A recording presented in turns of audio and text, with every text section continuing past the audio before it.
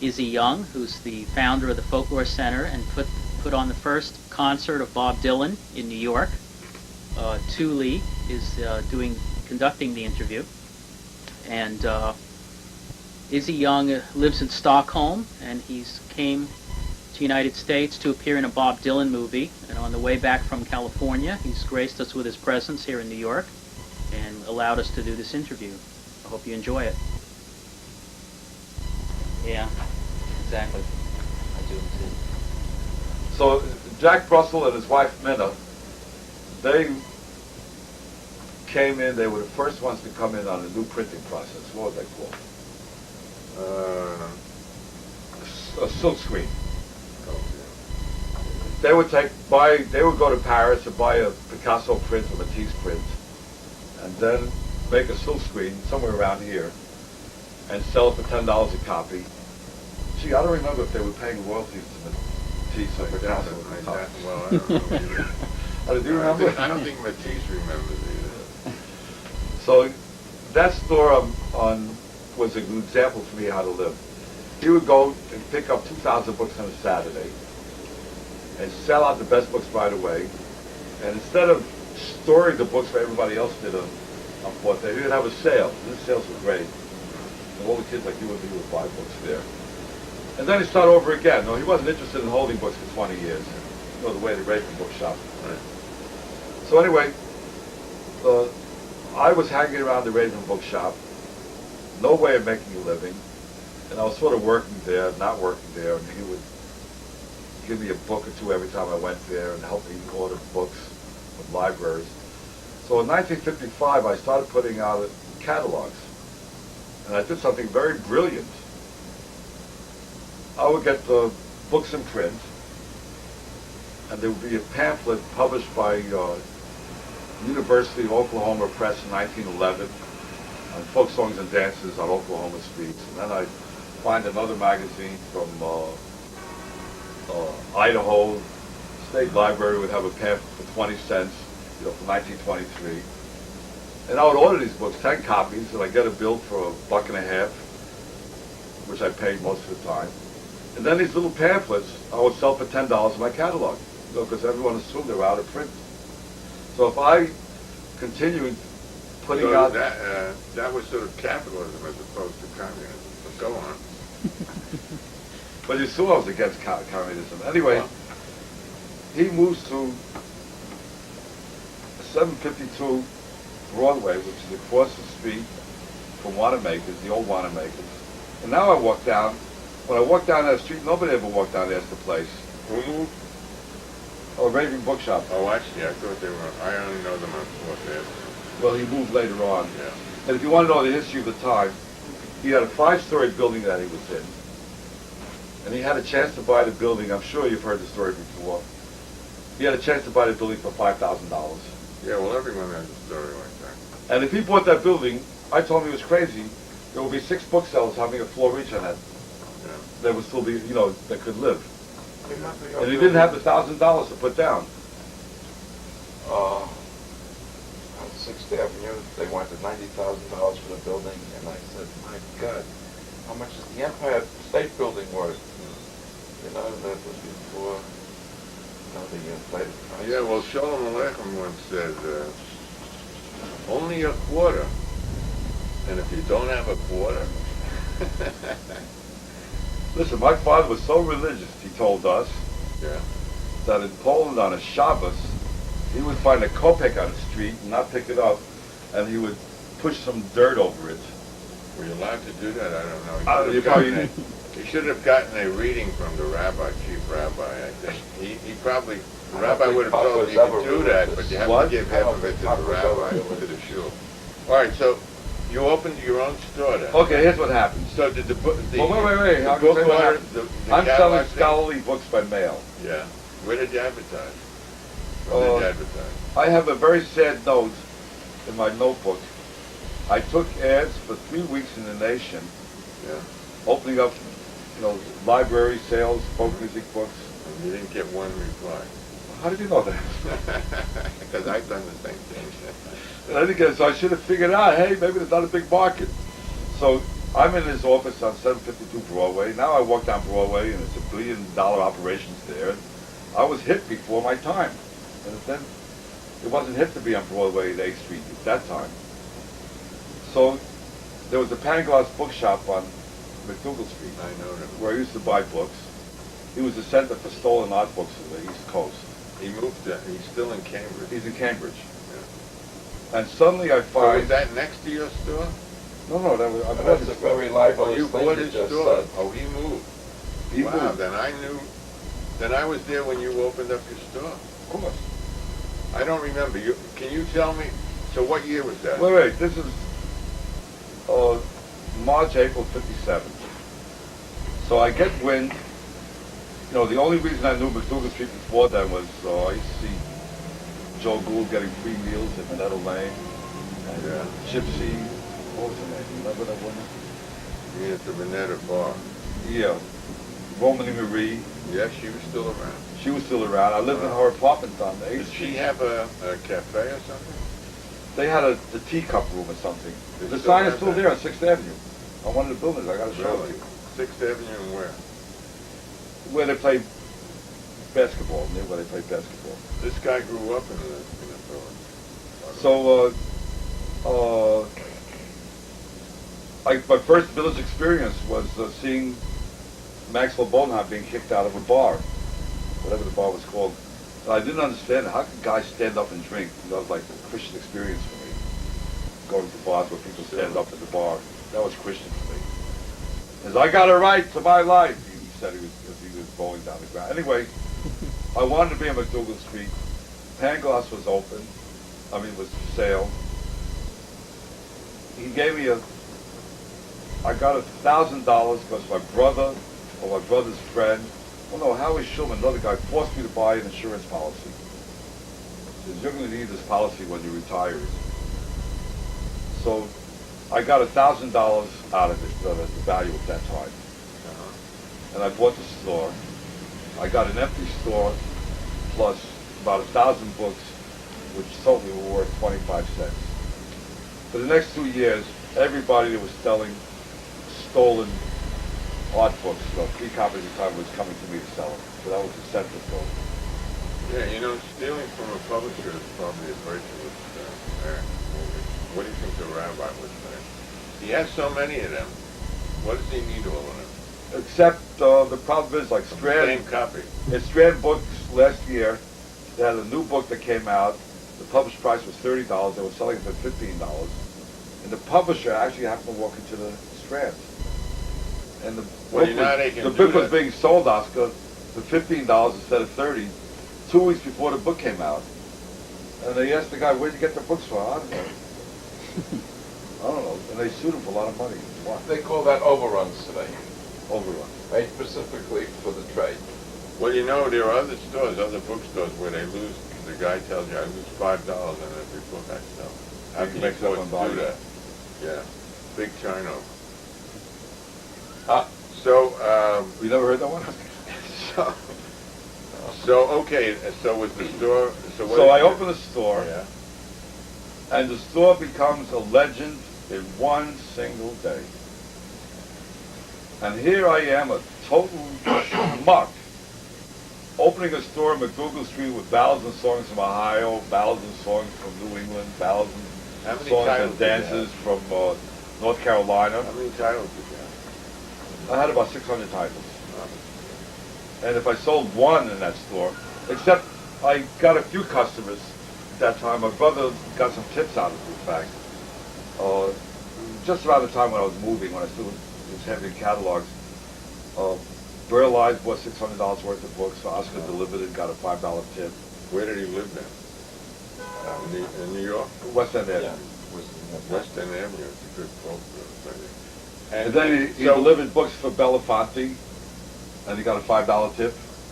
So how did people find out about the store? See how good I was to you, Oscar? How did people find out about the store? And was there folk music being performed then when you, in the village, when you Oh, yeah. opened? There was. There was Circle in the Square. There was Lou Gordon putting on a concert from about 50 feet on. And then the Village Gate. Where did he put them on? He would Theater de Lys, he would have them. He would put down in theaters after theater time. You know, you can get the place cheaper. You know, So you moved there to MacDougal because it was already a folk music scene? well, I thought it was a scene, but it was like something happening Yeah, there. it was beginning. It was just Beginning. starting, right. But instead of So selling, you said you were a success right away. So what do you When attribute? did you meet Theodore Bickel? around that time, So to what do you attribute the fact that did you do any advertising, or how did people know? very little advertising. So performers told one another that. Performers told one another, poets told, everyone told one another. And like within days, you couldn't walk into my store because Okay. nobody bought anything. Well, that was true until you left for Sweden, wasn't it? Something like that, yeah. So, But the thing, how long were you at that location? well, I couldn't take it after a while. There was a famous event. I was against all the coffee shops. I was against all the basket shops. And they started this The group. basket shop? I mean, the basket houses, where you pass the basket. Why? Oh, right, yeah. Why were you against them? Because they weren't helping the singers. And what they did was they would get these kids going from New Jersey or from Colorado. They wanted to make it in New York City. All right, so who were some of the performers that were performing right then that you remember when you talked? Well, I opened the store in March. A few weeks later, Al Grossman, the manager of Bob Dylan, Peter, Paul, and Mary, he just had this club, the Gator Hall in Chicago, calls me up. Peggy Seeger, Pete Seeger's half-sister, is passing through, and I put on a concert with her. So I, In your store, you mean? no, at the 7th Avenue Playhouse. I see. Remember the 7th Avenue So he Playhouse? wanted you to manage it? Is that No, I put on a concert. Oh. So how did you get that idea? Was it your idea? Al Grossman called me up. He wanted you to put on a concert? He said she was coming through, wanted to put on a concert I with see. her. So that's when I started. So you would have sponsored a concert? I would sponsor all these concerts. And would you, With Dave Van Ronk, Reverend Gary Davis, Oh, yeah. now you would Billy get, Spears, you would get a Fair, proportion, Jack Elliott. you would get a proportion of the, you were doing this for your expenses, or was it a business? Were you, You're talking to me, you're talking business I'm at the talking same to you. time, you're contradicting yourself. well, so you would put these on for the... Here's the way it worked Yeah, out. okay. I had a two-price system. If you were white, you got half the gate. And I did about 1,000 concerts and poetry readings. Never a contract. You never heard anyone complaining about not paying. And so, but the thing is, I was discriminating. Poets, I charge 50 cents, and singers, I charge $1, $1.50, or $2. You mean admission? Admission, yeah. So, if you were white, the deal was, I was the cultural director of the Washington Square Methodist Church. If you were white, you got half the gate, no guarantee, which meant I had to have 100 people to break even. You know, just counting $35 for the church, you know, $10 ad in the Village Voice and my own newsletter. But of course, I'm not counting my own time, the rent of my store, or the electricity, or the telephone. Yeah. Everybody was happy with the situation. And then if you were black, I gave them a guarantee, like Elizabeth Cotton. Because I figured then, without understanding it, that if you were white, you could make $1 million. If you were black, that's all you ever got. So I would guarantee Elizabeth Cotton $100, and 100 people would come. So she got the $100, and I would lose $50 or $75. So I lost money in every traditional concert I put on. Yeah. And all in all, you would you lost money in the years in those concerts? But the thing is, I was alive, humanly. I was happy. No, I think it's admirable what you did. I just want to know whether they were successful. So the thing is, what were the venues that these were in? my concerts, Yeah. if it was very important, serious, would go down in history, would be my store. Yeah. How many people could get it? On MacDougal Street, 35, 40 people. On 6th Avenue, I would squeeze in 90 people. And then you had like, on MacDougal, you had like Stella, so people couldn't get in. Oh yeah, well, we had benches that were about this wide, 6 inches wide. Used to be piled under the record shelves. And when the people got up for those concerts, they were crippled. They couldn't move. All right, so the store, and then you did Washington Square Church? Washington Square Church. And what else? And What other place? But This is what you don't understand is you're very modern. No soda, no beer, no coffee, no meals, no sandwiches, nothing except the person singing on the stage. Was this stage? So they didn't get the books dirty, or you wanted them to? We were punishing them, making them concentrate. The kids would look at the books; they didn't know what was going on. So I moved to 6th Avenue. Oh, that was an important event I was telling you about. I get angry against, like, I'm paying the singers real money. Wait, let me interrupt. Give some more names of the people that you put on concert for, say, at Dave Van Ronk, yeah. Reverend Gary Davis, Fred Gerlach, Jack Elliott, Billy Fair, the Ramblers I put on the first concert in '58. Oscar Brand? Even Oscar Brand, when he came back, because he was sort of blacklisted by the communists. And he claimed he never gave any names. But Well, he wanted to show that he was progressive again, so he did 2 concerts. And who else? And Oscar Brand, who was a professional, maybe guaranteed him $100, and I didn't lose money at either concert. Okay, so who else? People we didn't know. We don't know. Patti Smith, remember her? Yeah. She did a first reading in the store. What year was that? That was on 6th Avenue. I had a French theater group that played in my store. I had the only concert of skiffle music from England was in my store. Who would have played? It was just guys on a boat called the Albernia. And did you have any other people from Europe? I had a Polish concert, a couple of French concerts, a German concert, all things I don't even remember anymore. Was there some guy named Robert Zimmerman? What was the name? Bobbinu. How Bob? Tell us all about that. That's around 61. What venue was that? I'm still on MacDougal Street. When did you move from MacDougal? 64, 65. Okay, so this is 61. How old is Bob now? 18, 19, whatever. Tell us all about that, because everyone was dying to know. Okay. But they're just dying, but they're also dying to know. Everyone is 30 dying. years older. But everyone is dying to know, too. This kid walks into the store, very unprepossessing, very uninteresting looking, boring looking, looks like a hayseed, a stick, the Styx. Totally uninteresting. He says, Mr. Young, yes, I want to talk to you. I've written some songs. He said, I'm sorry, I can't talk to you now. And see, and just as he came in, the phone was ringing. You can dock us and I'll get back. Hello? Oh, hi.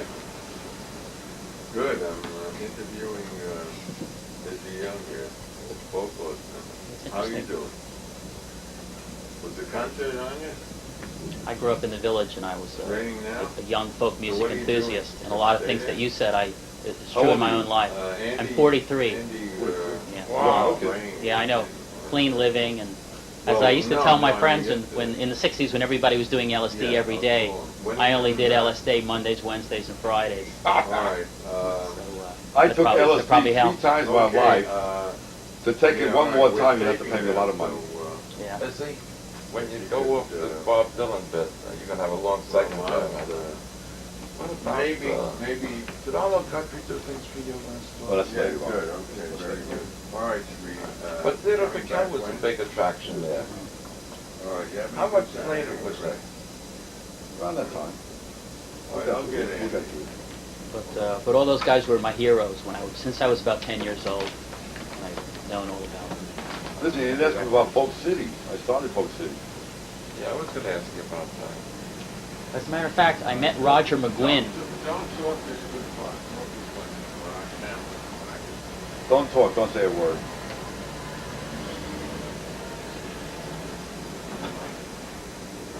I think I'm going to go back to Florida and bird dog for him records and stuff of folk music. You know, it's a shame what's happening down there. You go into the flea markets there, Where in Florida?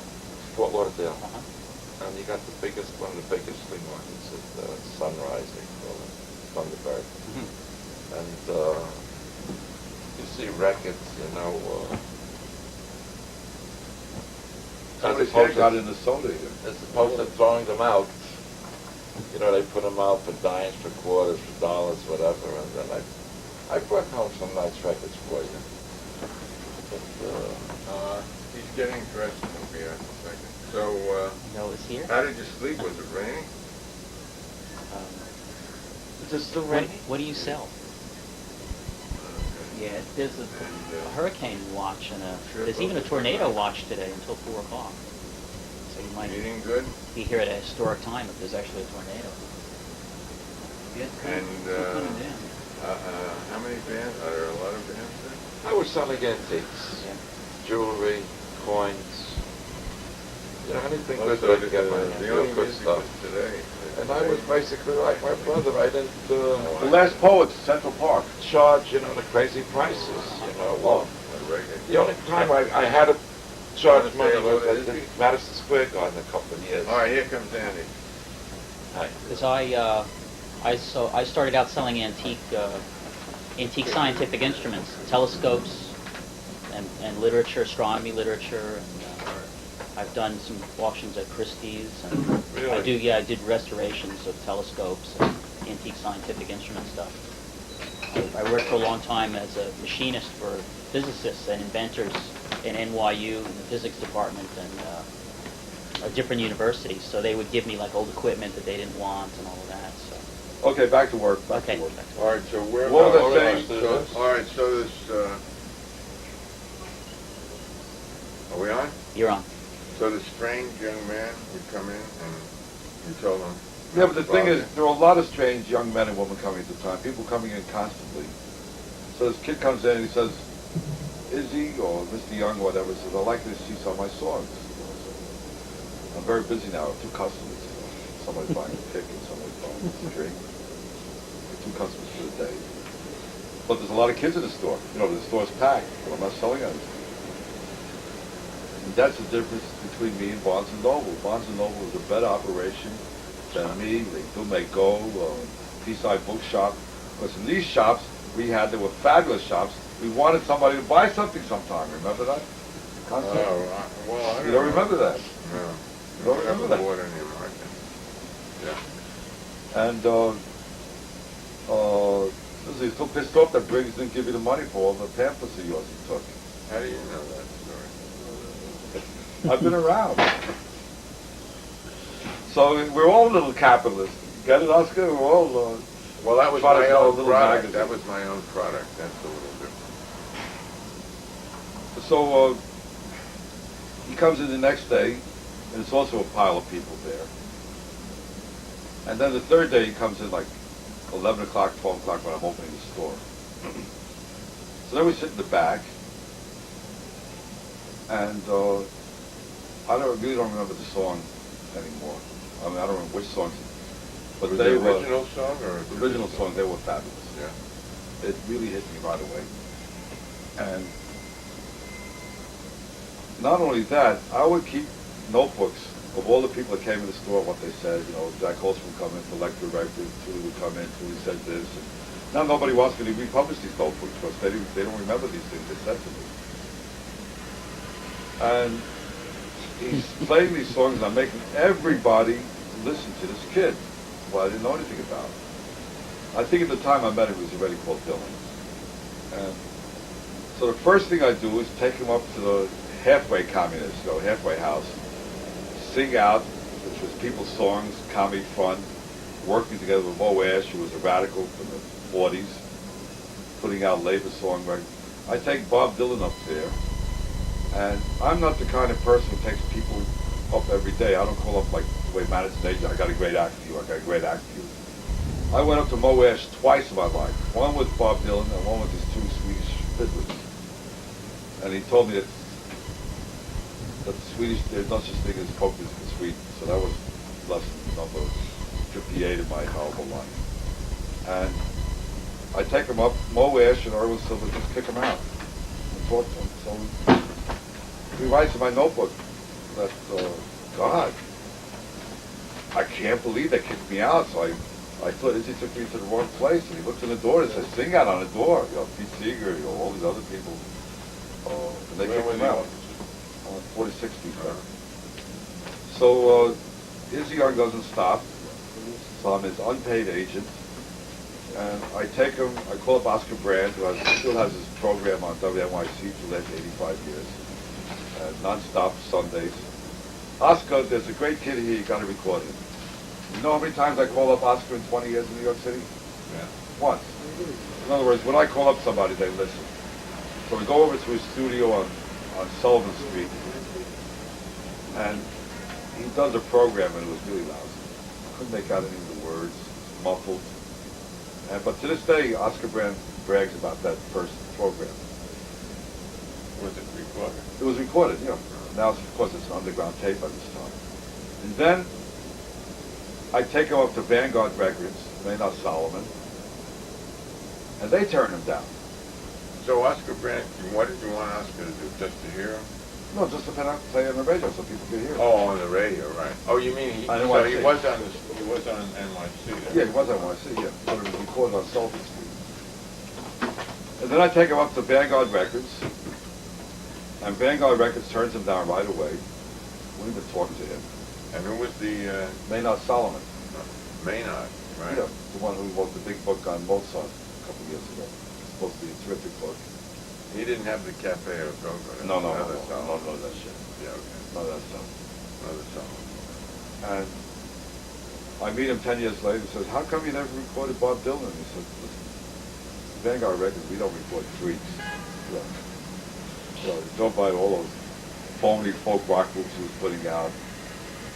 And then I took him up to Electra Records. Took him up to Jack Holzman. And I'm telling you, repeating this, the only time I ever bugged people other than the Swedish Fiddlers to record somebody. I take him up to Jack Holzman, and you know what Jack Holzman says to this day? Yeah. He can't find a memo when I brought him up there. You know how you keep memos? Yeah. So 100,000 memos, you keep them in scrapbooks and everything. Well, he probably didn't think he thought he was so insignificant. But Just wasn't impressed. Well, but nobody can admit it. So here I was, blasting out my brains against the wall. Then in 1962, I get a call from WBAI. "Izzy, can you MC a hurry-up program we're going to do with Pete Seeger, Gil Turner, Sis Cunningham from the old almanacs, Bob Dylan?" And I say, "Sure." So I run right up, close the store, so I lose 37 cents in sales. 2 hours, I'm up there. And Pete Seeger is there with his usual garbage. "Oh, and Bob, you must write 3 songs a day before breakfast, and how many songs do you write after lunch every day?" who was doing that? Pete Seeger. Yeah, but that's the worst part of the story. So this was on On BAI. Yeah, where was the studio? Was it in the church? In the church, I think. The thing is, I forgot the event completely until 5 years ago. So Swedish kids, and Swedish kids are worse than American kids because they know more than me about Bob Dylan or Pete Seeger or Tuli. But they know when you were born, which I don't know. They know where you were born. I forgot. They know where you put out your first record, your second record, your third record, your 5th book, your 9th book. And then they think they know more about you than I do. And I do. Than you do also. So these kids walk in the store, they put a tape on my machine.